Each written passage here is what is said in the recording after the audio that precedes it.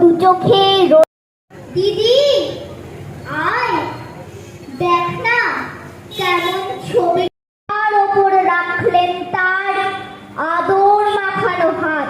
নমস্কার। নমস্কার। নাম কাজার বাধা আছে আমার যদি কাজটা ছোটা। বাবা বলেনি যথার্থ কথা। ওই রকম তার চোখ উঠে গিয়েছিল, গাড়ির মাংস ঝুলে পড়েছিল, হাত পা শুরু হয়ে গিয়েছিল, ঠোঁট সাদা। বলেন কি ম্যাডাম? ম্যাডাম আমার কি তবে এমন দশা হয়েছে? এই কথাটা আমাকে কেউ বলেনি। আমি রইলাম পরে।